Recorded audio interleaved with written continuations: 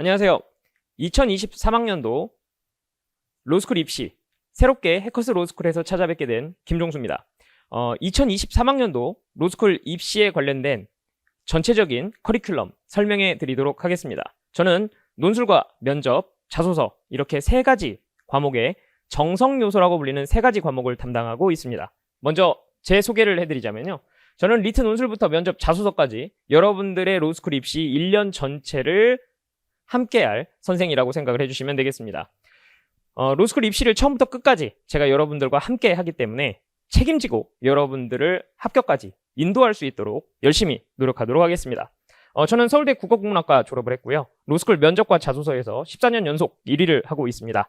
그리고 면접 강의와 교재에서 1위를 하고 있는데요. 다수의 저리트 합격 극복 사례를 가지고 있고, 그리고 특히 정성 요소에서 여러분들이 더 합격의 가능성을 크게 가질 수 있도록 노력하고 있다. 이렇게 봐주시면 되겠습니다. 특히 이제 이건 작년도 교재인데요. 제가 매년 로스쿨 면접 교재를 새롭게 내고 있습니다. 2021학년도 적중률은 99%, 전체 로스쿨 25개 로스쿨이 있는데 25개 학교 전체 문제를 다 적중시켰고요. 그리고 총 90문제 적중을 시켰습니다. 이해 91문제가 출제가 되었고요. 91문제 중에 아쉽게도 한 문제는 제가 못 맞췄고요. 한 문제 제외한 다른 문제들은 모두 맞췄다. 이렇게 생각하시면 되겠고요. 2020학년도에는 96%, 그리고 2019학년도에는 94% 출제를 적중을 시켰습니다. 그래서 여러분들이 공부를 하실 때 최소한 내가 공부하지 않은 주제가 시험에 나왔다라고 하는 문제는 없을 것이다 라고 제가 단언코 말씀드릴 수 있습니다. 올해도 제가 지금 아직 정리가 로스쿨 면접 문제는 공개가 되어 있지 않기 때문에 제가 이제 학생들의 복원을 받아서 이제 확인을 해야 되는데 지금도 많이 적중된 것으로 확인되고 있습니다. 여러분들 올해도 제가 여러분들 합격을 위해서 열심히 노력해서 적중률, 최고의 적중률을 제가 가지고서 여러분들 합격에 도움되도록 하겠습니다. 제가 다양한 SNS 채널 운영하고 있습니다. 학생들이 강의에서 내가 궁금한 사항들을 미처 다 확인하지 못한다. 그리고 서면으로 질문하는 것, 이런 것들도 사실 좀 어려움이 있다라는 어려움들을 많이 토로하셔서 제가 학생들의 질문들 해결할 수 있고, 그리고 학생들의 어떤 관심사, 궁금증 이런 것들을 여러분들이 확인하실 수 있도록 다양한 SNS 채널을 운영 중입니다. 네이버 검색창에 해커스 로스쿨 김종수라고 쳐보시면 검색이 되실 거고요. 그리고 제가 인스타그램 운영하고 있습니다. 인스타그램에서는 제가 추천도서 내지는 공부하는 방법 이런 것들을 위주로 해서 여러분들께 그 정보들 제공하고 있고요. 그리고 유튜브 운영 중인데요. 유튜브에서 말미잘 선생 채널이라고 검색을 해보시면 일요일 밤 10시에는 제가 라이브 방송 진행하고 있으니까요. 그 시간에 다양한 Q&A라든지 아니면 출제 가능한 주제, 그리고 시사 이슈, 그리고 여러분들 책 읽기 특강 이런 것들을 제가 진행하고 있으니까 이런 부분들을 다양하게 확인해 보시면 되겠습니다. 블로그도 운영 중인데요. 네이버 블로그 운영 중입니다. 여기 블로그에 들어와 보시면 제가 합격 수기, 다양한 합격 수기들 매년 연도별로 누적시키고 있기 때문에 여러분들이 다양한 합격 수기를 확인해 보실 수 있을 겁니다. 가장 많은 질문 중에 하나가, 선생님 제가 30대 직장인인데 로스쿨에 도전해도 될까요? 선생님 제가 해외대 출신인데 도전해도 될까요? 선생님 저는 지금 현직 공무원인데 도전해도 될까요? 굉장히 좀 특이한 이력들을 가지고 계신 분들이 이제 질문들을 많이 하시는데요. 제가 대답해 드릴 수 있는 게 네, 있습니다 라는 정도밖에 좀 대답해 드리기가 어려워서 다양한, 그리고 그 학생들이 실제로 어떻게 준비했는지, 어떤 각오로 준비했는지 이런 것들을 1년간의 입시를 갖다가 어떻게 치러냈는지 등을 제가 학생들에게 합격 수기로 받은 내용들이 있어요. 그런 부분들을 제가 블로그에다가 실제 글로 게시를 해놓았으니까 그런 부분들을 확인하시면서 여러분들의 꿈을 현실로 만들어 보시기 바랍니다. 그리고 강의 계획서 같은 것들도 여기 블로그에서 제공 중이니까요. 이 세 가지 여러분들 SNS 채널을 이용하셔서 여러분들이 궁금해 하시는 내용들을 다 확인하실 수 있다. 이렇게 생각을 해주시면 되겠습니다. 자, 먼저 로스쿨 입시의 전형 요소에 대한 분석을 먼저 해보도록 하겠습니다. 우리 시험은, 로스쿨 입시는 기본적으로 어떻게 생각을 해주시면 좋냐면, 법조인이 되고자 하는 사람을 뽑는 시험이다 라고 생각을 해주셔야 되겠죠. 결국 다른 말로 해보자면 뭐냐면, 입시라고 하는 것은 목적이 있고 그 목적에 따라서 수단으로 결정되어 있는 것이 시험이다, 이렇게 생각을 하시면 되겠습니다. 그러니까 예를 들어 보자면 이렇게 되겠습니다. 내가 만약에 법조인이 될 사람이다. 법조인이 될 사람이라고 하면 리트 시험을 보는 것이고요. 내가 만약에 약사가 되고 싶다. 그럼 피트 시험을 보게 되는 것이죠. 이런 것처럼 목적에 따라서 시험이라고 하는 것이 설정이 되기 때문에 우리가 먼저 생각해 봐야 될 건 뭐냐면 왜 로스쿨 입시에서는 이런 시험을 볼까라고 생각을 하려면 도대체 무슨 목적으로 만들어진 시험이길래 그러한 것들을 시험으로 보는 것인가 라고 생각을 해볼 수 있게 되는 겁니다. 그리고 거기에 따라서 중요도와 이 중요도가 어느 시기에 어떻게 평가되는가 이런 것들도 함께 볼 수 있다라는 장점이 있겠죠. 자, 변호사의 일을 한번 보자면 이렇게 됩니다. 내가 만약에 법조인이 된다. 그러면 도대체 어떤 일을 하게 될 것인가? 먼저 이것부터 생각을 해볼 필요가 있겠습니다. 법조인이 하는 일은 굉장히 생각보다 단순합니다. 우리가 드라마에서 보이는 변호사는 맨날 그 양복 입고 가방 들고 어딘가를 가는 그런 정도의 것으로만 이제 묘사가 많이 되는데 실제로 변호사 사무실에 가보시면 가장 많이 보이는 건 뭐냐면 엄청난 서류 더미예요. 그냥 서류 더미에 쌓여 있다라고 생각을 하시면 됩니다. 제가 저는 이제 학생들이 이미 변호사가 되었고 활동을 하고 있기 때문에 너무 잘 알고 있습니다만 이게 보통 변호사를 직접 만나볼 일이 없는 사람들은 변호사가 도대체 어떤 상황에서 일을 하고 있나 이런 것들을 잘 모를 수가 있어요. 제가 예전에 다큐멘터리 3일이라는 프로그램이 있는데 거기에 뭐가 나왔었냐면 검찰청의 3일, 그러니까 검찰청의 72시간을 이렇게 찍은 다큐멘터리가 있더라고요. 제가 그걸 보면서 와 이거 보통 사람들이 보면 이거 놀라겠다라는 생각이 들었거든요. 이게 뭐였냐면 거기에 이런 모습이 나와요. 다큐멘터리 3일에 그 검찰청에 이제 나오는 장면이 나오면 아침에 딱 시작하면 뭔가 서류 더미들이 막 이렇게 그 각 검사실로 배달이 됩니다. 서류 더미가 어느 정도 되냐면 여러분들 보시면 그 A4지 있잖아요. A4지가 이게 한 권에 이렇게 딱 묶여 나온 게 이게 250장이거든요. 이걸 5권. 이 5권이 한 박스예요, 여러분들. 보시면 뭐 AA 뭐 이런 그 이렇게 큰 복사지 이렇게 그 뭐라고 할까? 골판지 상자로 해 가지고 이렇게 그 밴딩돼 있는 거? 그거 보면 250장짜리 이 한 권이 5권으로 해 가지고 딱 묶여 있거든요. 이 정도 분량이 매일 아침 8시, 9시에 배달이 됩니다. 그러면 그 양이 어느 정도 되느냐? 이게 여러분들 하루치 분량입니다. 이 하루치 분량을 하루 내내 읽었다. 그러면 사건은 언제 해결해요? 못하죠.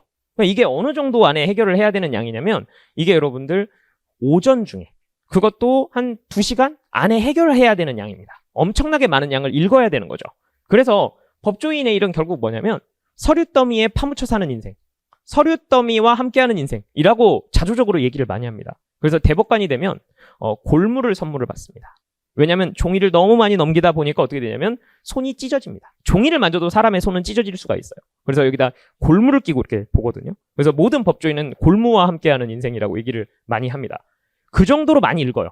그러니까 어떻게 되냐면 먼저 언어 이해가 있는 거죠. 먼저 서류를 읽고 사건을 파악합니다.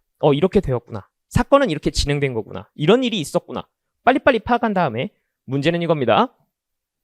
그 다음은 추리 논증이죠. 여기서 이 사실이 우리 의뢰인에게 유리할 것인가? 아니면 이 사실이 우리 의뢰인에게 불리한 내용인가? 이것을 갖다가 머릿속으로 무엇을 하냐면 재구성하는 겁니다. 이거는 방어해야 돼. 이거는 공격의 요소로 쓸 수 있겠어. 이런 식으로 의도와 목적에 따라서 이 사실들을 머릿속에서 재구성하는 겁니다.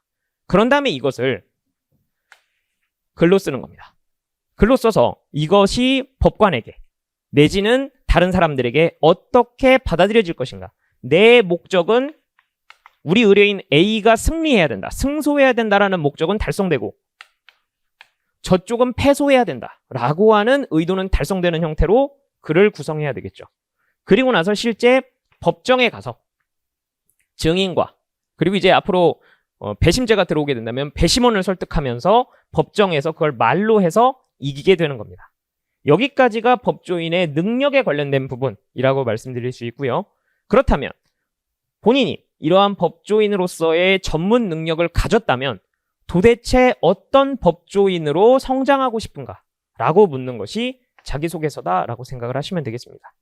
이것이 생각보다 학생들한테도 굉장히 어려운 부분이고 이것이 이제 요즘에 좀 중요해지고 있는 부분이기도 한데요. 이유는 간단합니다. 아무리 이런 전문적인 능력을 갖추고 있는 사람이라 하더라도 그 사람이 그 능력을 바탕으로 어떠한 법조인이 될지는 사실을 알 수 없어요. 여러분들 잘 모르시는 부분이 하나 있는데 나라를 팔아먹은 이완용이 법조인이었습니다. 굉장한 엘리트였죠. 어마어마한 능력을 갖춘 사람이었습니다. 그러나 우리가 존경할 만한 사람이라고 볼 수는 없죠. 그렇기 때문에 이러한 능력을 갖추었다고 해서 그 사람의 인생이 존경할 만한 법조인으로, 그리고 내가 그 사람이 나중에 역사의 이름이 남을 만한 사람인가 라고 하는 지점은 알 수가 없는 겁니다. 그렇기 때문에 능력을 갖춘 사람의 방향성까지 물어본다, 이렇게 생각을 하시면 되겠습니다. 물론 이 외에 로스쿨 입시의 전형 요소에는 학점도 들어가고 영어도 들어갑니다. 그러나 이것은 가장 기초적인 능력으로서 로스쿨 입시에서만 측정하는 능력은 아니기 때문에 그렇게 크게 중요한 부분, 그러니까 다른 시험에서도 측정하고 있는 부분이기 때문에 이것은 기초 능력으로 보는 것이고요. 우리 시험에서 특별하다, 다른 시험과 구별되는 특징이 있다라고 하는 부분은 이 5가지 요소가 되겠습니다. 그 중에서도 저는 어떤 영역을 담당하고 있냐면 지금 이렇게 담당을 하고 있는데요. 지금 언어이해와 추리논증은 객관식 시험으로 되어 있고요. 그리고 논술, 면접, 자소서는 이렇게 3가지는 주관식으로 시험을 보고 있습니다. 그래서 이것을 양적으로 정확하게 객관화된다라는 점에서 정량 요소, 그리고 여기 이제 추가적으로 정량화된 요소로 영어와 GPA, 학점이 있는 것이고요. 그리고 논술, 면접, 자소서는 주관식으로 정량화되지 않는 요소 해서 정성 요소라고 부르고 있습니다. 여기에서 중요한 지점은 면접과 자소서는 여러분들이 지금 당장 고민하실 일은 아닙니다. 왜 그러냐면 이 3과목이 리트 시험인데요. 이 리트 시험은 7월 달에 시험을 보시게 되어 있고요. 그리고 그 이후에 면접과 자소서는 10월 달에 여러분들이 내가 지원할 로스쿨에 지원을 결정하시면서 치르시게 되는 시험이기 때문에 일단 리트 시험을 보고 나서 그 이후에 고민을 하시더라도 늦지 않다, 이렇게 생각을 하시면 되겠습니다. 전체적인 시간 스케줄은 조금 이따가 다시 또 설명을 해드리도록 하겠습니다. 여기서 가장 특이한 과목은 논술이라고 말씀드릴 수 있습니다. 왜냐하면 시험은 7월 달에 보게 되는데요. 이것이 정성 요소이기 때문에 점수화되는 것은 언제냐면 10월 달에 점수화가 되게 되어 있습니다. 그래서 리트 논술은 학생들이 시험은 7월 달에 보고 점수는 내가 최종 합격할 때 들어가기 때문에 보통 어떠냐면 아직 시간이 많이 남았어 라고 생각을 하다가 하고 놀래서 마지막 7월 달에 준비가 하나도 안 됐는데 어쩌면 좋지 하고 놀래는 경우가 꽤 많이 있습니다. 미리미리 계획을 잘 짜셔서 7월 달에 시험을 보니까 더 먼저 준비하셔야 되고, 그 먼저 준비한 사람이 최종 합격할 때 내가 그때 미리 준비하기를 참 잘했지, 이렇게 생각하게 된다는 점을 생각해 주시면 여러분들의 입시 계획에 큰 도움이 될 겁니다. 자, 로스쿨 입시에 대한 전체적인 설명 다시 한번 해드리도록 하겠습니다. 실제적으로 로스쿨 입시는 2가지 형태로 진행이 되는데요. 예전에 사법시험 같은 경우도 1차 시험이 있고 2차 시험이 있었던 것처럼 로스쿨 입시도 1차와 2차로 나눠져 있습니다. 작년을 기준으로, 그러니까 2022학년도 시험을 기준으로 설명을 해드리도록 하겠습니다. 2022학년도 기준으로 14,000명이 리트에 응시를 했습니다. 이 중에서 4배수 정도, 모든 학교가 동일한 건 아니지만 어떤 학교는 2배수만 1차 합격을 하는 경우도 있고 어떤 학교는 5배수, 7배수까지도 1차 합격을 시켜주는 경우가 있지만 25개 로스쿨 전체를 평균을 내보면 보통 4배수 정도가 1차 합격을 하게 됩니다. 1차 합격 요소는 보통 언어이해와 추리논증 점수, 그리고 GPA, 학점이죠. 그리고 토익 성적, 물론 이제 토플도 가능하고 탭스 성적이 들어가는 학교들도 있습니다. 이것을 보고 전체적으로 아까도 제가 말씀드린 듯이 정량 요소, 그러니까 누구나 성적이 명확하게 객관화된 형태로, 점수화된 형태로 나온다는 점에서 정량 요소라고 부르고요. 그 정량 요소로 딱 끊어서 1등부터, 만약에 이 학교가 100명 정원이다 그러면 400등까지 딱 잘라서 이 사람은 1차 합격을 하게 되는 겁니다.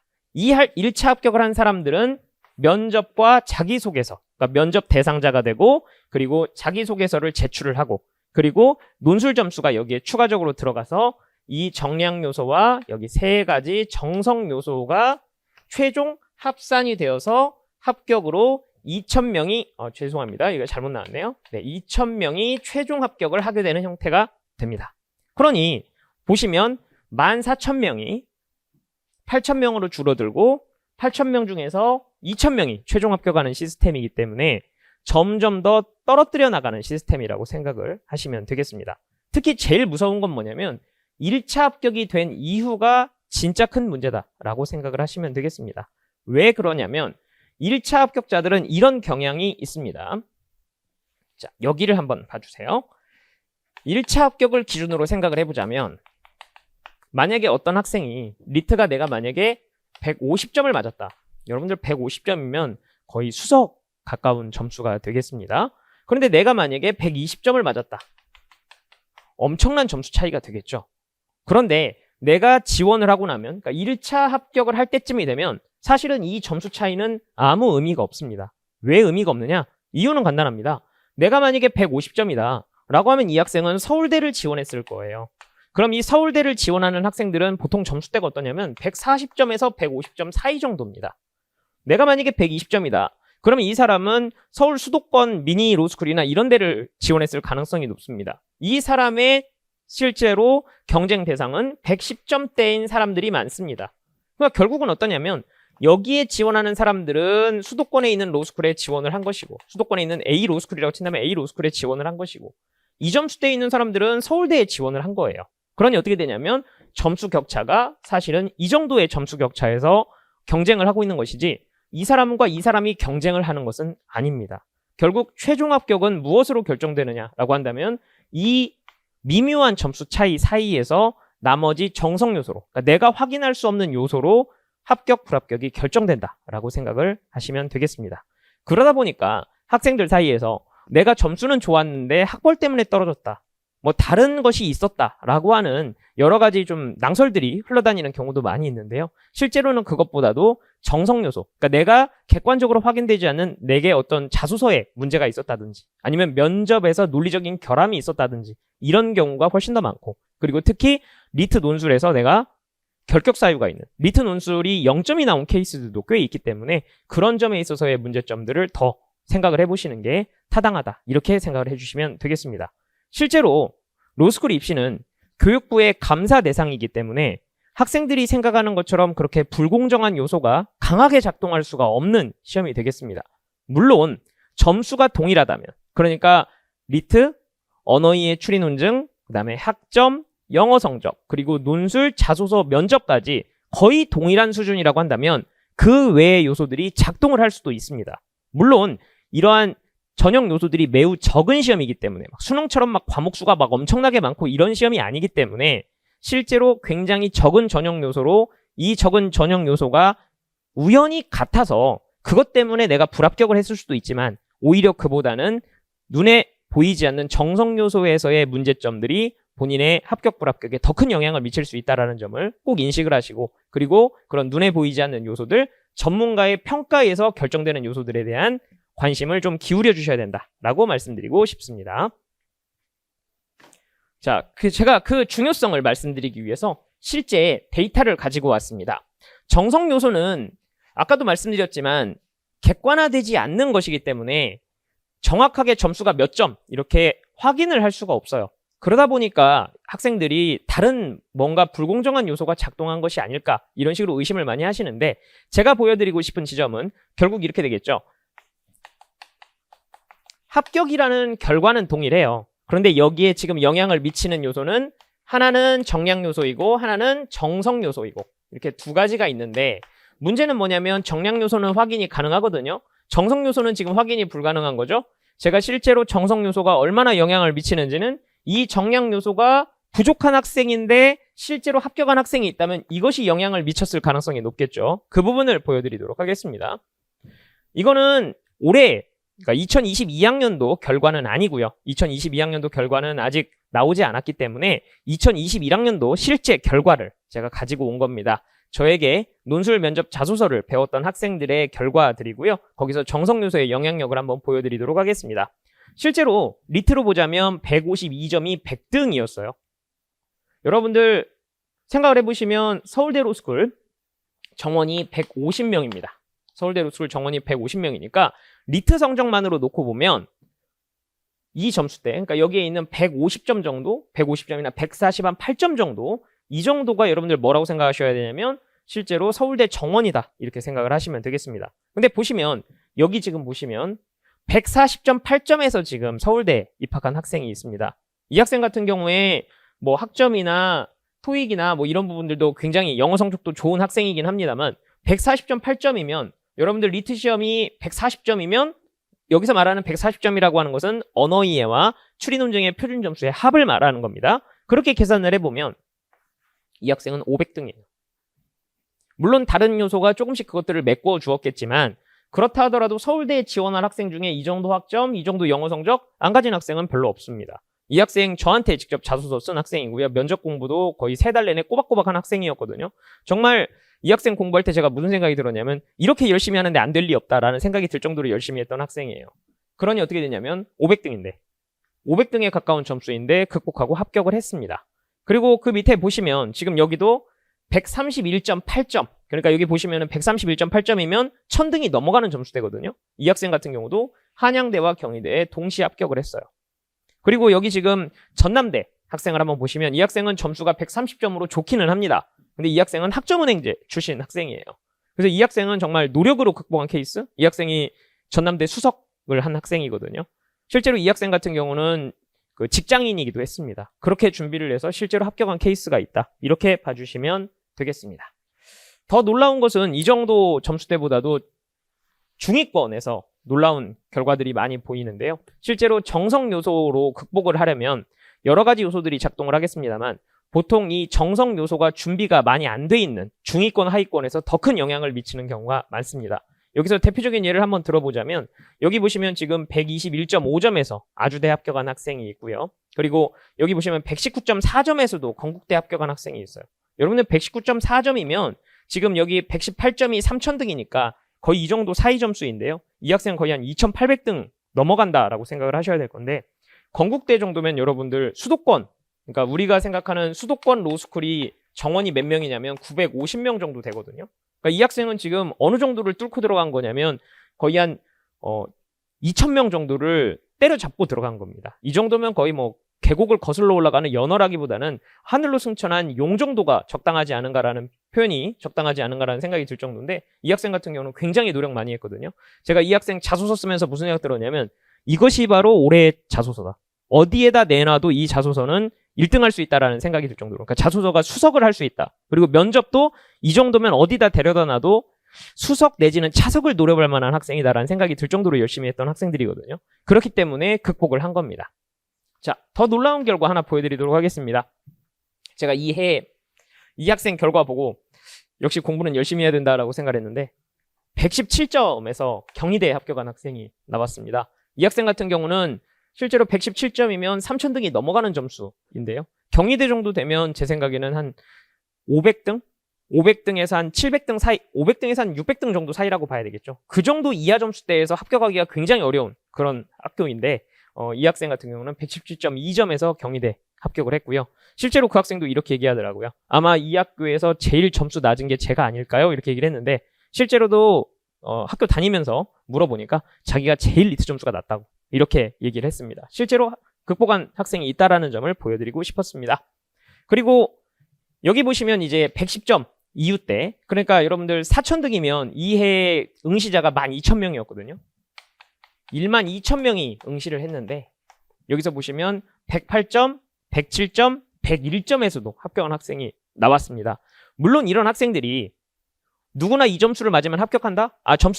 리트 점수 잘 못 맞아도 돼. 그러면 리트 점수 잘 못 맞아도 합격할 수 있어. 이런 게 아니라 이런 학생이 굉장히 드물긴 하지만 여러분들이 생각하는 것처럼 정성 요소가 중요도가 낮고 그리고 리트 점수가 전혀 극복할 수 없는 난공불락의 벽과 같은 것은 아니라는 것을 말씀드리고 싶습니다. 그리고 리트 성적은요, 잘 맞아야 돼요. 여러분들이 리트 성적을 잘 맞으면 잘 맞을수록 어떻게 되냐면 내가 지원할 수 있는 학교의 폭이 넓어지고 내가 지원할 수 있는 학교의 선이 많아지고 그리고 또 하나로는 내가 도전해 볼 수 있는 가능성이 많아지는 겁니다.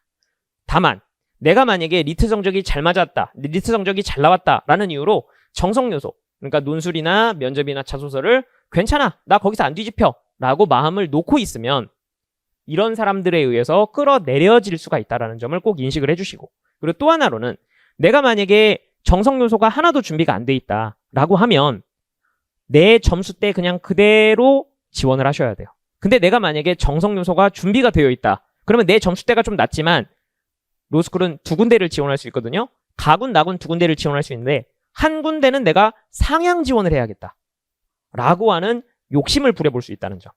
우리나라에서 여러분들도 학벌 세계를 뚫고 온 사람으로서 입시라고 하는 것은 항상 더 높은 학교를 가려는 욕심을 가지고 있어야 된다는 점을 익히 알고 계실 거라고 생각합니다. 그런 점에서 정성 요소는 준비를 해두면 내가 나중에 지원을 할 때 상향 지원을 할 수 있다는 챌린지의 가능성을 줄 수 있다는 점, 그 점에서 정말 중요한 요소가 되니까요. 미리미리 계획을 해서 전체적인 공부 스케줄을 짜두시는 것이 여러분들의 미래를 위해서 좀 더 좋은 결정이 될 수 있다라고 말씀드리고 싶습니다. 자, 리트 논술의 학습 계획, 전체적인 스케줄을 한번 보여드리도록 하겠습니다. 일단 기본적으로 강의는 4단계로 진행된다라고 생각을 하시면 되겠습니다. 이것은 리트 이후에 포스트 리트도 마찬가지인데요. 4단계로 진행이 됩니다.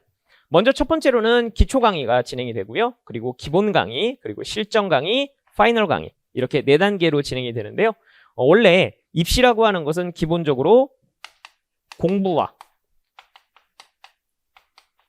수험이 함께 병행되는 것입니다. 내가 머리로 안다라고 해서 실제로 문제를 풀 수 있느냐, 내가 득점을 할 수 있느냐는 다른 얘기가 되는 거죠. 실제로 공부를 열심히 하는데 성적이 안 나오는 학생도 많이 있거든요. 그건 무엇 때문이냐면 공부를 열심히 하고 입시로서의 수험으로 전환되어야 되는 시기에 여전히 공부를 하고 있는 경우라고 말씀드릴 수 있습니다. 공부의 총량을 늘리기만 하면 시험을 잘 보게 되느냐? 절대 그것은 아니라는 점. 또 내가 시험을 갖다가 열심히 대비했다고 해서 점수가 잘 나올 수 있느냐? 그럴 수 없습니다. 공부량이 너무 적으면 그것을 갖다가 변환하는 과정에서 일단 총량이 적으니까 변환이 잘 안 되는 측면이 있겠죠. 그래서 기초와 기본 강의는 공부에 좀 초점이 맞춰져 있다고 생각을 하시면 되고, 그리고 실전 강의와 파이널 강의는 내가 공부한 내용을 어떻게 하면 점수로 만들어낼 거냐라고 하는 수험에 관련이 되어 있다라고 생각을 하시면 되겠습니다. 그래서 기초 강의는 원고지 사용법이나 그 다음에 교정보호 사용법, 개요 작성법과 같은 기본적인 글쓰기의 기초에 대해서 천천히 설명을 해드릴 거고요. 그리고 특히 내용적으로는 요약이나 비판, 견해 제시, 그리고 사례형에 대한 연습, 이런 것들을 통해서 여러분들이 논술의 가장 기본적인 형태, 그리고 내가 무엇을 앞으로 해 나가야 되는가에 대한 깨달음을 얻을 수 있도록 구성이 됩니다. 기본 강의는 리트 논술과 언어이해 추리 논증에 필수적으로 필요한 배경 지식을 전달하는 데 초점을 맞추고 있습니다. 이렇게 생각을 하시면 좋을 것 같은데요. 내가 만약에 조리사 시험을 본다고 쳐보죠. 조리사 시험을 본다고 치면 맛이 있는 요리가 무엇인가? 일단 그 맛을 알아야 되겠죠. 그래야 먹어보고 이게 맛있네? 그러면 그 방향으로 만들어 봐야겠다라고 하는 큰 계획을 세울 수가 있고요. 그리고 나면 재료를 다듬는 방법이라든지 아니면 실제로 거기 그 요리에 들어가는 요리의 재료들, 그리고 레시피들, 이런 것들을 좀 익히실 필요가 있겠죠. 그 다음에는 실제 연습을 하게 될 겁니다. 이런 것과 똑같이 기본 배경 지식이 들어가게 됩니다. 여기서 꼭 말씀드리고 싶은 게 학생들이 이 배경 지식이라고 하는 것을 잘못 생각하시는 경우가 있어서 거기에 대한 설명을 하나 드리도록 하겠습니다. 학생들이 선생님 제가 배경 지식이 없어서 논술을 잘 못 써요 라고 얘기를 많이 하세요. 아닙니다. 그것은 배경 지식 때문이 아니에요. 왜 그러냐면 우리 집에 보면 냉장고 안에 요리 재료가 많이 있거든요. 저는 요리를 못합니다. 제가 재료가 없어서 요리를 못하느냐? 아니요, 냉장고에 요리 재료가 있습니다. 왜 요리를 못하느냐? 재료만 있다고 해서 그 재료가 뭐가 되는 건 아니기 때문에 곧 요리가 되는 건 아니에요. 그 요리가 제 뱃속으로 들어가면 그 재료와 똑같은 상태가 되긴 하겠습니다만 우리는 그 중간 단계가 있기 마련이죠.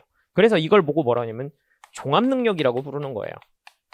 논술에서 측정하고자 하는 능력은 종합 능력이지 단순히 그 재료만을 측정하는 것은 아닙니다. 그래서 교수님들이 뭐라고 얘기를 많이 하시냐면 내가 어떠한 시험을 보기 위해서 필요한 필수 교양이라고 하는 것이 있어요. 예를 들어보자면 내가 리트 시험을 보려면 제시문을 읽어야 되고 그리고 문제를 풀어야 되잖아요. 그러면 한글을 알아야 된다는 게 기본 전제 아니겠습니까? 한글도 여러분들 뭐냐면 배경 지식이에요. 한글 안 배운 사람은 어떻게 시험 보겠어요? 이거는 배경 지식이라고 부르지 않고 뭐라고 부르냐면 필수 교양이라고 부릅니다. 다른 말로 해보자면 출제 교수님에게는 필수 교양으로 인식되는 것이 내가 만약에 이 필수 교양을 안 갖추고 있다면 나에게 뭐가 되냐면 학생의 수준에서는 배경 지식이 되는 겁니다. 이 격차만큼이 뭐가 되는 거냐면 출제자와 시험을 응시하는 사람의 차이가 되겠죠. 그래서 학생으로서는 배경 지식이 없어서 틀렸다라고 생각이 되는 것이 알고 보면 교수님으로서는 이건 누구나 다 알아야 되는 건데 라고 생각하는 문제가 발생하게 되어 있어요. 그럼 어떻게 되냐면 시험에서도 이건 당연히 알고 있어야 되는 건데 라고 생각을 하기 때문에 학생이 이해를 못하는데 넘어가 버리는 거죠. 그래서 이 격차를 어떻게 하냐면 줄여줘야 됩니다. 그래서 이 기본 강의에는 이 격차를 줄일 수 있는 형태로 배경 지식을 다 정리해서 알려드립니다. 뭐 롤스나 샌델, 그리고 로크, 루소, 밀 이러한 기본적인 철학자들의 생각부터 시작해서 그리고 이것을 테마별로 정리해서 수업을 합니다. 그래서 제가 여기서는 과학에 관련된 그러니까 상대성 이론이나 양자역학에 관련된 수업까지도 제가 진행할 정도거든요. 그렇게 해서 전체적으로 여러분들이 내가 교수님들이 생각하는 출제자가 생각하는 필수 교양을 만족을 못 시켜서 문제를 못 풀었다는 말이 나오지 않도록 준비를 시켜드릴 겁니다. 그리고 실전 강의에서는 리트 논술 기출문제를 직접 풀면서 여러분들이 직접 답안을 작성하면서 제가 그것들을 해설하는 형태로 수업을 진행할 겁니다. 그래서 내가 배웠던 기초적인 방향과 배경 지식들을 어떻게 문제로 풀어내는가 이런 것들을 연습을 차근차근 시킨 다음에 맨 마지막 파이널 강의에서는 실제 출제 가능한 형식과 주제에 대해서 모두 다 100점짜리 실제 시험과 동일한 형태의 문제를 통해서 여러분들이 내가 시험장에 갔을 때 시간 내에 고득점 답안을 써낼 수 있도록 연습시키는 것을 목표로 잡고 있습니다. 그래서 공부의 방향부터 시작해서 실제 시험에서 여러분들이 시간 내에 고득점 답안을 써내는 단계까지 이것이 순차적으로 준비되어 있다. 이렇게 생각을 해주시면 되겠네요. 자, 포스트리트 계획 알려드리도록 하겠습니다. 이 포스트리트 계획은 제가 전체적인 내용만 한번 설명을 해드릴 거고요. 이거는 여러분들이 리트 시험 끝나고 나서 여러분들이 리트 시험 7월 달에 끝나고 나면 더 자세하게 설명을 해드리도록 하겠습니다. 그때 제가 포스트리트에 대한 커리큘럼 설명을 좀 더 자세하게 할 거예요. 자, 면접 기본 강의가 준비되어 있고요. 그리고 실전 강의 준비되어 있고 자소서 강의가 진행되고요. 맨 마지막으로는 파이널 강의가 진행이 되겠습니다. 그래서 실제 면접 시험은 11월 이게 되고요. 그리고 합격자 발표는 12월 이때쯤 난다라고 생각을 하시면 되겠습니다. 그래서 이 시험은 11월에 시작해서 11월에 끝나는 시험 이렇게 생각을 하셔도 되겠습니다. 1년짜리 입시 이렇게 생각을 하실 수 있어요. 면접 기본 강의에서는요. 법철학이나 민주주의, 헌법 기본권론에 관련된 수업들을 진행을 합니다. 그래서 예를 들어 보자면 안락사라든지 아니면 사형제 찬반의 논리라든지 아니면 낙태죄를 갖다가 폐지해야 된다든지 뭐 이런 것들에 대한 가장 기본적인 뭐 기호용 대마초를 허용할 것인지 이러한 사회적으로 헌재에서 판례가 나올 법한 이런 논리들이 여기서 진행된다 이렇게 생각을 하시면 되겠고요. 면접 실전 강의에서는 최신 시사 이슈와 중요 시사 이슈에 관련된 주제들을 다루게 되어 있습니다. 예를 들어 보자면 AI 법관을 인정할 것인지 아니면 자율주행차가 사고를 냈을 때 어떻게 해야 될 것인지 이런 것들에 대한 문제, 그 다음에 차별금지법은 제정해야 되는 것인지 그리고 아프가니스탄에서 인권 문제가 발생했을 때 우리나라는 어떻게 해야 되는지 뭐 이런 것들이 시사 이슈라고 말씀드릴 수 있겠고요. 그리고 사회 전체적인 경제정책이나 그 다음에 국방정책 그리고 노동정책, 기업정책 이런 것들도 시험 문제로 나올 수 있고 특히 요즘에는 환경정책에 대한 시험 문제가 많이 나오고 있거든요. 그런 부분들이 이 시사 이슈에 해당되는 내용 이렇게 생각을 하시면 되겠습니다.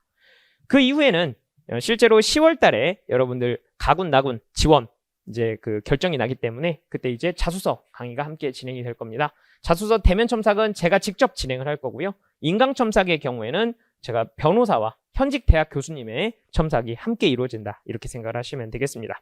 그리고 파이널 모강 때에는 실제로 이 8월부터 10월 사이에 있었던 일들 같은 경우는 교재에 나오지 않고 그리고 이러한 부분들이 여러분들이 정리하기가 어렵기 때문에 제가 그 사이에 있었던 최신 이슈들을 정리를 해서 문제로 만드는 이런 그 강의가 준비가 되어 있습니다. 그래서 교수님들이 딱 그 시점에 관심을 가질 만한 중요 이슈들 이런 것들을 시험 문제로 낸다 이렇게 생각을 하시면 되겠습니다.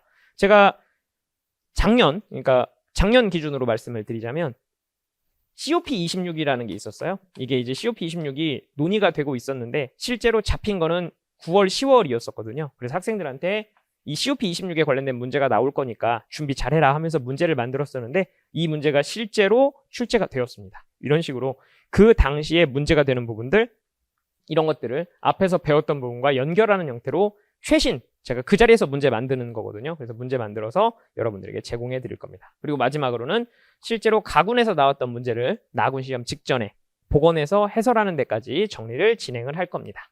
지금 여러분들께 하나 더 말씀드리고 싶은 거는 여러분들이 긴 글을 읽는 연습, 그 다음에 어떤 철학의 그 가장 기본적인 논리들 이런 것들을 장문의 글읽기로 구조화된 형태로 글을 읽는 연습을 좀 하셔야 되는데 그런 부분들이 좀 어려우실 수 있습니다. 그래서 제가 말미잘 독서클럽이라고 해서 실제로 리트와 면접에 굉장히 도움이 되는 필독서를 제가 읽어가면서 해설해드리는 강의를 기획 중에 있습니다. 지금 기획 중인 강의는 정의란 무엇인가와 돈으로 살 수 없는 것들 이 두 권을 진행할 예정이고요. 제가 아까 유튜브 채널 제가 설명하면서 말씀드렸는데 제가 유튜브 채널 이름이 말미잘 선생 채널이거든요. 말을 미친 듯이 잘한다고 학생들이 이름을 붙여줘서 제가 말미잘 선생인데요. 이 말미잘 선생이 직접 이 책을 읽으면서 행간의 의미 그리고 여기서 이런 말을 하게 된 건 무엇 때문인가 그리고 이 논리가 뒤에 가서는 어떻게 쓰이는가 그리고 여기서 슬쩍 넘어가는 이 말은 도대체 어떤 학자가 언제 말한 것인가 이런 부분들을 충분히 다 설명을 해드림으로써 한 권을 읽어도 제대로 읽는 강의. 지금 제일 큰 문제는 뭐냐면 이런 책들을 많이 읽어야 되는데 일주일에 책을 한 권 읽는 것도 어마어마하게 어려운 일이거든요. 일주일에 한 권 책을 읽는다고 생각을 해보겠습니다. 저 이런 식으로 생각하는 거 굉장히 좋아합니다. 1년은 52주입니다. 일주일에 책을 한 권 읽는 것도 정말 어려운 일인데 그렇게 해서 1년 내내 책을 읽어봐야 52권이에요. 설도 추석도 가리지 않고 계속 읽어야 52권을 읽을 수 있습니다. 그렇게 4년 읽으면 여러분들 200권이 간신히 넘습니다. 자, 내가 책을 200권을 읽었다고 해서 독해력이 향상되고 내가 200권을 읽었다고 해가지고 내가 뭔가 리트에서 이걸 안 읽어도 풀 수 있다? 이 정도의 단계로 들어가지 않습니다. 여러분들 양으로 승부를 하려면 제 생각에 독서의 양으로서 점수가 향상되려면 제 개인적인 생각입니다만 일단 기본적으로 1000권 단위가 넘어가야 됩니다. 여러분 생각보다 1000권 단위의 책을 읽으려면요. 보세요. 몇 년 여기서 더 걸리느냐. 지금 4년 걸리면 200권 읽는다고 했죠? 1000권을 읽으려면 여기서 5를 곱해야 되니까 20년간 책을 읽어야 됩니다. 여러분 20년간 일주일에 한 권씩 책을 읽어야 1000권을 읽을 수가 있어요. 어떻게 할 거예요?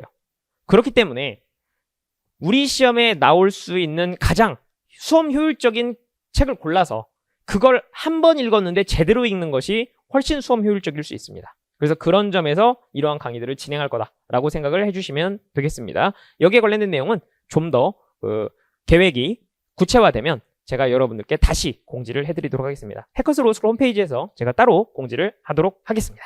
전체적인 과정들에 대한 요약 설명 해드리도록 하겠습니다. 먼저 리트 논술에 관련된 설명 해드리고요. 그래서 포스트 리트에 대한 설명도 해드리도록 하겠습니다. 자, 먼저 기초 강의에 대한 설명을 해드리도록 하겠습니다. 자, 기초 강의는 11월, 12월에 진행되는 강의인데요. 목적은 좋은 답안과 그렇지 않은 답안을 구분할 수 있다라는 목적의식을 가지고 시작합니다. 학생들이 공부를 시작할 때 나도 저렇게 좋은 답안을 써내야지 라고 생각을 하면 굉장히 어려운 일이 될 수 있어요. 요리사로 생각을 해주셨으면 좋겠어요. 내가 지금 당장 좋은 요리를 할 수 있다라고 친다면 내가 지금 요리를 배우러 갈 필요가 없습니다. 그러나 내가 지금 이 요리가 맛이 있는 요리인지 맛이 없는 요리인지 구분조차 못하는 사람이라고 한다면 능력이 좋아질 수가 없습니다. 이걸 먹어봤더니 맛이 없어. 그러니까 나는 노력을 더 해야겠어. 이건 맛이 있어. 나는 이걸 흉내내보고 싶어. 이런 식으로 생각을 하셔야 되기 때문에 무엇이 좋은 답안이고 무엇이 나쁜 답안인지를 구별할 수 있어야 됩니다. 그것을 위해서 원고지와 교정보호사용법, 개요작성법 이런 것들과 관련된 논술의 기초를 총정리할 거고요. 그리고 내용상으로는 요약이나 비판, 견해 제시, 사례 해결 등 다양한 형식을 연습을 시킬 겁니다. 실제로 이 기초 강의에는 항상 연습 문제가 딸려 있습니다. 모의고사 문제를 제가 준비를 했고요. 답안 작성 연습과 모의고사 해설을 제공을 해서 여러분들이 실제로 내가 배운 것들을 중요한 건 이겁니다. 내가 배운 것을 실제로 내가 익히는 과정. 이 두 개를 항상 병행할 것이다. 이렇게 생각을 해주시면 되겠습니다. 실제로 첨삭을 신청하시는 학생들의 경우에는 제가 이 학생 답안의 문제점과 해결 방법까지도 제시를 하는 이런 형태가 결합된다라고 봐주시면 되겠네요. 자, 두 번째로는 기본 강의에 대한 설명해드리도록 하겠습니다. 자, 기본 강의는 1, 2월 달에 진행되는 강의이고요. 리트를 위해서 필요한, 여기서 말하는 리트는 논술에 한정되는 것이 아닙니다. 언어 이해와 추리 논증, 그리고 논술까지, 그리고 나중에 로스쿨 면접까지 진행이 될 겁니다. 실제로 좀 놀라운 것은 뭐냐면 제가 이 기본 강의 때 학생들한테 설명을 그 배경식에 관련된 설명을 쫙 진행을 하거든요. 이게 여기서 다루었던 것이 로스쿨 면접에서 시험 문제로 나오는 경우도 대단히 많습니다. 예전에는 어떤 경우도 있었냐면 이때 제가 수업에서 막 강조를 막 한 내용이 있었는데 그게 이제 좀 오래된 얘기는 합니다만 미트 시험, 미트 언어 논리 시험에서 출제가 되기도 했었어요. 제가 쭉 여기서 이거 굉장히 중요하다고 이거 시험 잘 나온다고 그랬는데 갑자기 난데없이 의사 시험에서 나오게 된 이런 케이스도 있었습니다. 왜냐하면 출제자들의 생각이 거의 비슷하기 때문에 그렇습니다. 논리적으로 중요한 것은 시험 문제로 나오니까요. 그래서 주제상으로 보자면 국가, 민주주의, 법치주의, 경제, 정의, 그리고 근대화, 민족주의, 언어, 문화, 역사, 과학. 이 정도면 제 생각에는 배경지식 때문에 여러분이 부족할 리는 없다라고 말씀드릴 수 있겠습니다. 간략하게만 설명해 드리자면요. 이거부터 먼저 설명을 해드릴게요. 우리가 법조인이 되기 위해서 우리가 이 공부를 하는 것인데 결국 그러면 이것만 배우면 되는 거 아닌가 이렇게 생각을 할 수가 있습니다. 추리논증에서 배우셨겠습니다만 논리에는 전제라는 것이 존재하죠. 자, 사람이 만약에 혼자 살 수 있다. 그렇다면 뭐가 필요 없다? 법이 필요가 없어요. 그러니 법이라고 하는 것은 결국 목적이 뭐가 되는 거냐면 사람이 모여 살 때 문제가 될 만한 소지들을 어떻게 없앨 수 있는가. 규범이라고 표현을 하죠. 그렇기 때문에 국가가 있으면 법이 있습니다. 국가가 존재하지 않는다면 법도 필요 없습니다. 그런 점에서 국가론이라고 하는 개념을 살펴보실 필요가 있어요. 이 국가론을 맨 처음 얘기한 사람이 누구냐면 국가라는 책을 쓴 사람.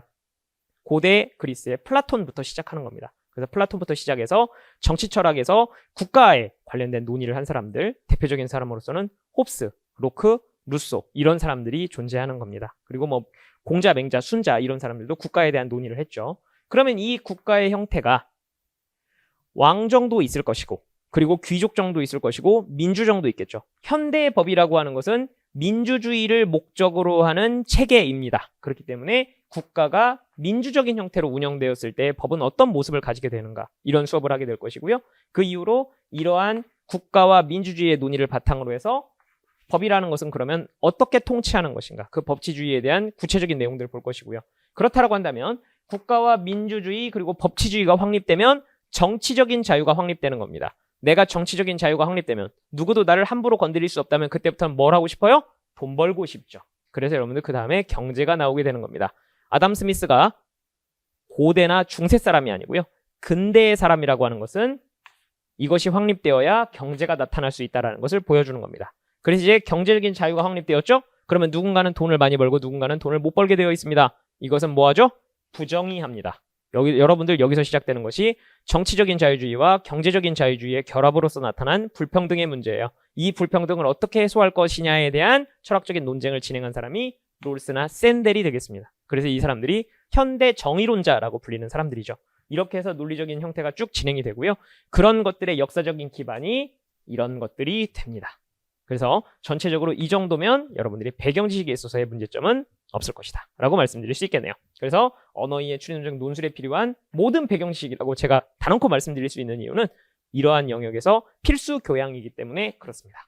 여기도 마찬가지로 모의고사 문제와 답안 그리고 해설이 진행이 될 것이고요. 그리고 첨삭을 받으시는 경우에는 제가 학생의 답안에 대한 문제점도 함께 알려드리도록 하겠습니다. 자, 실전 강의에 대한 설명해 드리도록 하겠습니다. 자, 실전 강의는 리트 기출문제를 답안으로 작성하면서 문제를 파악하는 것이 문제점을 파악하는 것이 목표가 되는 건데요. 지금 앞에서 무엇을 했냐면 공부를 했죠. 우리가 학습을 했습니다. 배운 것들을 실제 시험으로 이것이 어떻게 나오는가. 수학으로 치자면 내가 공식을 외웠다. 그러면 진짜로 바로 문제를 풀 수 있을까요? 여기가 뭐가 생기느냐면 또 격차가 생기게 되어 있습니다. 그래서 그 격차를 줄여나가는 형태가 시작된다. 그래서 수험이 시작된다라고 생각을 하시면 되겠습니다. 리트 논술 기출문제를 시간 내에 직접 답안으로 작성하면서 문제점 파악하고 교정하는 것을 목표로 잡고 있습니다. 특히 최근 4개년 기출문제는 정말 중요합니다. 출제의 어떤 경향이라는 게 있기 때문에 그것을 직접 여러분들이 답안으로 작성하면서 문제점을 파악하는 것이 목표. 그래서 제가 여기에서는 무엇까지 진행하냐면요. 제가 실제 현강에서 학생들을 대상으로 해서 시간 내에 답안을 작성하도록 해요. 그리고 나서 무엇을 하냐면 그 학생 답안 중에 좋은 답안, 잘못된 답안, 학생이 보기에는 좋은 답안인데 선생이 보기엔 점수를 못 주는 답안들이 있거든요. 그런 답안들을 제가 뽑아서 공개 첨삭을 진행할 겁니다. 이런 답안 같은 경우는 몇 점을 줄 거고, 이런 답안 같은 경우는 학생들이 보기엔 만족스럽다, 나 되게 점수 잘 맞을 거다라고 예상하는데 실제로는 나쁜 점수가 나온다. 이러한 격차를 확인하실 수 있도록 공개 첨삭까지 진행을 할 겁니다. 자, 파이널 강의에 대한 설명드리도록 하겠습니다. 파이널 강의는요, 시험 전에 치명적인 실수를 미리 경험하고 예방하는 것이 목표가 됩니다. 여러분들, 우리가 연습을 왜 할까요? 실제 실전에 가서 거기서 실수를 내버리면 실수로 인해서 나의 합격 불합격이 100% 결정됩니다. 내가 미리 틀려보면 어떻게 되죠? 치명적인 실수는 예방할 수 있고 작은 실수는 점수가 적은 것만. 여러분, 시험장에서 실수를 아예 안 할 수는 없어요. 그러나 치명적인 실수는 하지 말자, 이렇게 말씀드리고 싶습니다. 그래서 그 치명적인 실수를 예방하기 위해서는 내가 어떤 실수를 하는지 알아야 되겠죠. 그리고 실수가 만약에 10가지가 있다고 치면 내가 답안지를 5번 써봤다. 그러면 5개의 실수밖에 해볼 수가 없어요. 그렇기 때문에 일정 정도의 회차수가 필요한 것이고요. 그리고 거기다가 제가 학생의 답안도 뽑아서 공개 첨삭까지 진행을 해드릴 겁니다. 그래서 학생이 할 수 있는, 학생들이 시험장에서 할 수 있는 가장 치명적인 실수들을 미리 다 경험을 하게 함으로써 여러분들이 시험장에서 치명적인 실수는 안 할 수 있도록 그렇게 만드는 것이 목표다, 이렇게 생각하시면 되겠습니다. 출제 가능한 형식, 주제에 대한 모의고사고요. 어떠한 것이 출제자의 의도에 부합하는 고득점 답안인가, 이것들을 철저하게 분석해서 보여드리는 것으로서 여러분들이 시험장에 갔을 때 떨리지 않고, 특히 논술은 문제가 뭐냐면 시험장에 가면 여러분들 언어이해 시험 보고 추리논증 시험 보고 그 다음에 점심 먹고 나서 논술을 봅니다. 그러니까 학생들이 어떠냐면요, 이미 식곤증이 찾아온 상태예요. 그리고 언어이해 추리논증에서 내 머리를 다 쓴 상태거든요. 그러니까 어떻게 진행이 되냐면 그냥 쓰고 나왔는데 학생들이 이런 상태예요. 그냥 졸면서 이렇게 시험을 봅니다. 하면서 이렇게 깨어나는 경우가 많아요. 제가 학생들한테 파이널 강의 때 이 말 많이 하거든요. 실제 시험장에 가면 코 고는 소리를 들을 수 있다. 그럼 학생들이 막 웃습니다. 저 되게 진지하거든요. 궁서체로 말하거든요. 진짜 코 고는 소리 들릴 거다. 그러면 이제 학생들이 막 웃으면서 그런 사람이 어디 있어요? 막 그런단 말이에요. 그러면서 8월 달에 와서 얘기를 합니다. 선생님, 제 옆에서 누군가 코를 골고 있었습니다. 그렇죠. 왜 그러냐면 준비가 안 돼 있으면, 어려우면, 그리고 언어이해 추리논증에서 내 뇌를 다 썼으면 극도로 피곤해지거든요. 그럴 때 여러분들 정신이 혼미할 때 좋은 답안을 써낼 수 있는 힘은 어디서 나오냐? 공부에서 나오는 게 아닙니다. 내 손이 쓰고 있는 거예요. 연습량에서 나오는 거다. 그래서 그 연습을 충분히 해주실 필요가 있다. 그래서 여러분들의 몸에다가 글 쓰는 형태를 각인시키는 게 목표라고 생각을 하시면 되겠습니다. 이때 여러분들 굉장히 중요합니다. 마지막에 몸에다가 각인을 시킨다라는 각오로 공부를 해주실 필요가 있습니다. 자, 포스트리트에 대한 설명해 드리도록 하겠습니다. 간략하게만 설명을 하도록 할게요. 이것에 대한 내용은 여러분들이 7월 리트 시험이 끝나고 나서 다시 한번 더 구체적인 형태로 보도록 하겠습니다. 자, 면접 기본 강의는 법철학 이론, 민주주의, 헌법 기본론, 기본권론, 그 다음에 형법에 대한 기본적인 원칙들을 배우게 되어 있습니다. 자유주의, 공동체주의, 공리주의 등과 같은 법철학 이론들이 여기에 중심이 되고요. 특히 여기에서는 이제 로크나 롤스의 자유주의가 중심이 되고, 공동체주의는 아리스토텔레스와 그리고 샌델, 이 사람들의 논리들은 시험 문제로 굉장히 많이 출제가 되기 때문에 이것들을 비교하는 형태로도 시험 문제가 많이 나옵니다. 그리고 민주주의 같은 경우는 대의제나 직접민주주의, 그리고 배심제 같은 논리들, 그 다음에 인권에 관련된 논의들, 인권과 주권에 관련된 논의들, 이런 것들이 다양하게 시험 문제로 나오고 있고요. 헌법 기본권론에서는 인간의 존엄성이나 행복추구권, 자기결정권, 인신의 자유, 이런 것들이 시험 문제로 나오기 때문에 그 기본적인 논리와 여기에 관련된 논의들을 다 시험 문제로 볼 겁니다. 대표적으로 시험 문제 나온 것들이라고 친다면 기호용 대마초를 허용해야 될 것인가, 이런 것들이 시험 문제로 나온 적이 있고요. 그리고 여러분들한테 질문할 수 있는 건 이렇게 될 수 있겠죠. 대학 내에서 담배를 피우지 못하도록 스모크 프리 지역을 만들려고 한다. 그거 타당하냐? 그러면 여러분들 뭐라고 답변하실 건지 한번 잘 생각을 해봐야 됩니다. 대학의 학문의 자유의 측면과 그 다음에 개인으로서, 학생의 개인으로서의 어떤 행복추구권의 측면이 충돌하고 있는 거거든요. 그 두 가지를 모두 다 공부를 해서 알고 있는 상태에서 그걸 갖다 논의로 진행을 해야 되는 겁니다. 형법에 관한 논리라고 친다면 형법은 절차적 정의라고 많이 얘기를 해요. 이것을 롤스가 얘기를 한 바가 있습니다. 그래서 이런 절차적 정의에 관련된 논의들을 공부를 할 거고요. 그리고 인신구속이나 무죄 추정의 원칙과 같은 가장 기본적인 원리들이 어떻게 충돌하는 것인가, 이런 것들을 시험 문제로 다루게 될 겁니다. 얼마 전에 강력 사건이 하나 있었죠.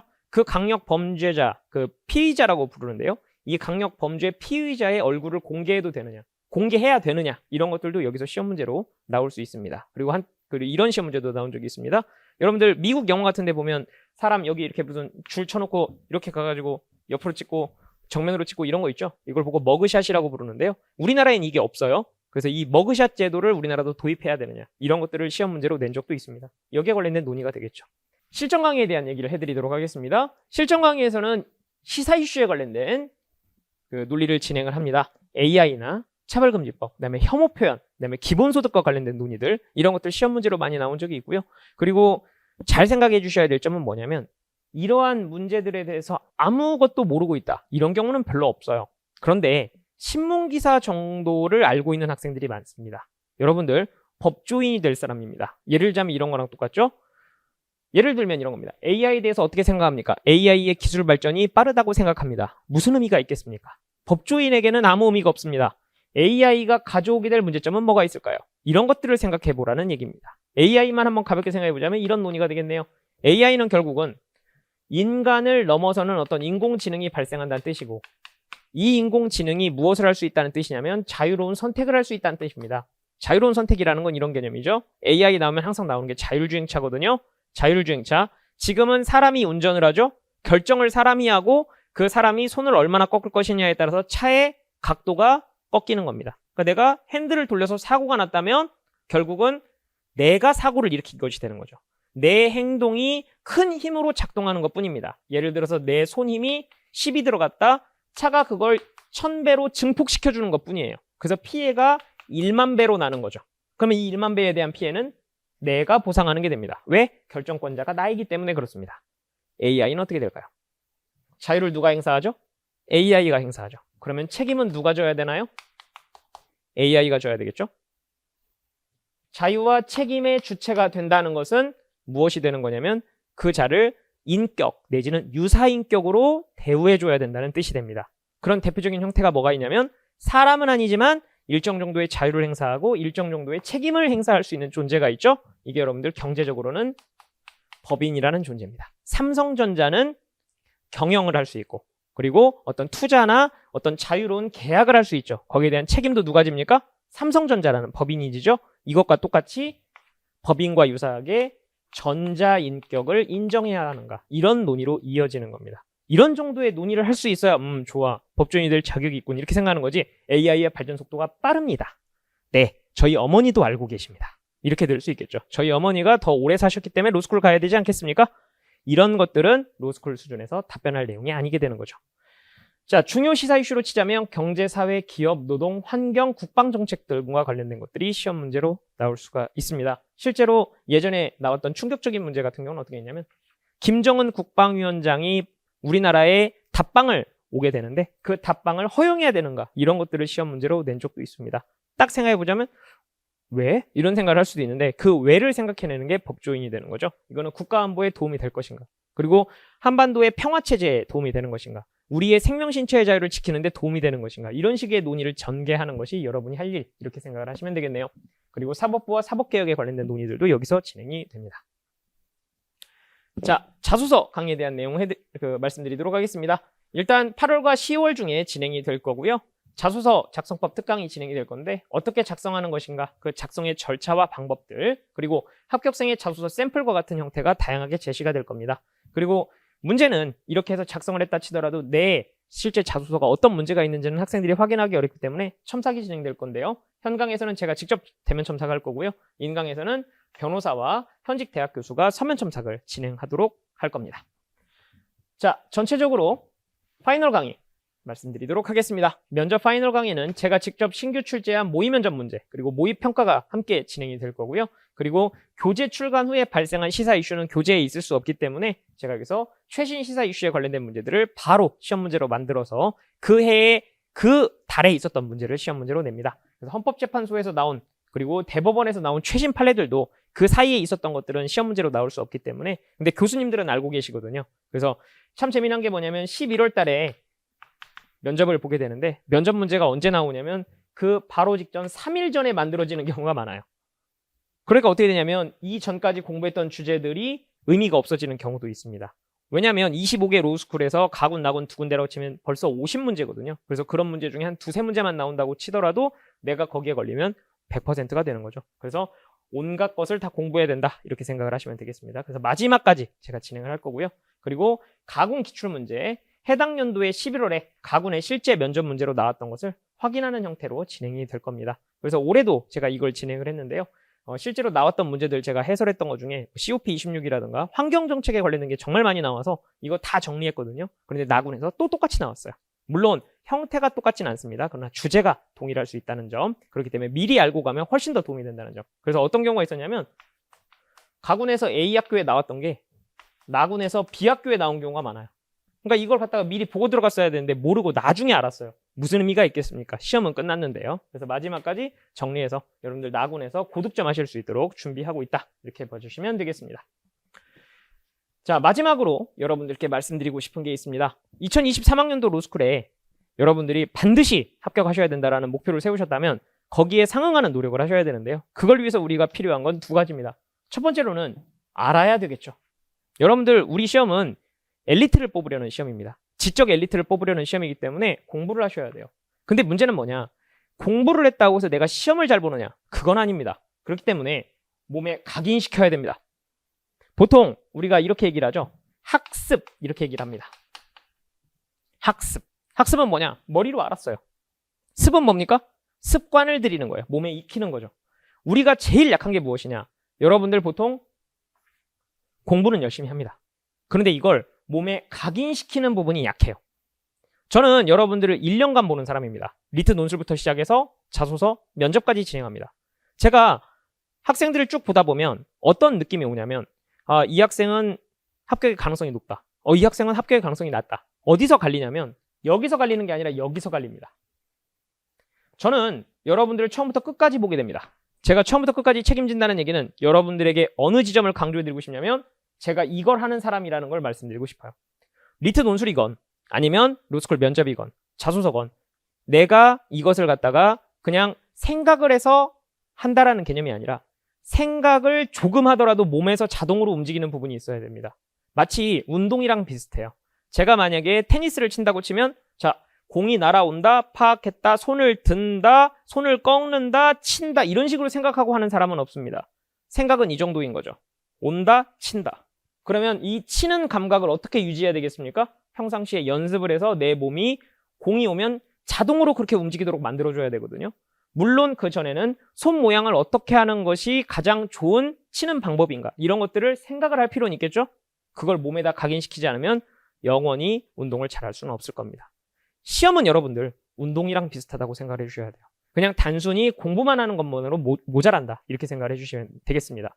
저는 그 과정에서 여러분들의 답안 그리고 말하는 습관 이런 것들을 이 습관을 들이는데 제가 목표를 잡고 있기 때문에 여러분들에게 아는 것을 몸에다 각인시키는 것을 목표로 꾸준히 여러분들을 관리해 나갈 겁니다. 그런 점에서 저는 여러분들에게 학습을 통해서 합격하는 방법 이것을 익히게 해드리고 싶어요. 실제로 여러분들이 로스쿨에 가신다 하더라도 3년 후에는 변실을 보셔야 되거든요. 그 변실을 볼 때도 공부한 것을 답안으로 만들어 나가는 몸에 각인시키는 과정 이 각인시키는 과정도 여러분들 뭐냐면 습관입니다. 이것들을 여러분들이 1년간 꾸준히 몸에다가 체득할 수 있도록 그러한 부분에서 여러분들을 도와드리고자 합니다. 여러분들 저와 함께 공부하셔서 2023학년도 로스쿨에 반드시 합격하실 수 있도록 제가 끝까지 처음부터 끝까지 여러분들을 도와드리도록 하겠습니다. 2023학년도 커리큘럼 소개 여기서 마치도록 하겠습니다. 감사합니다.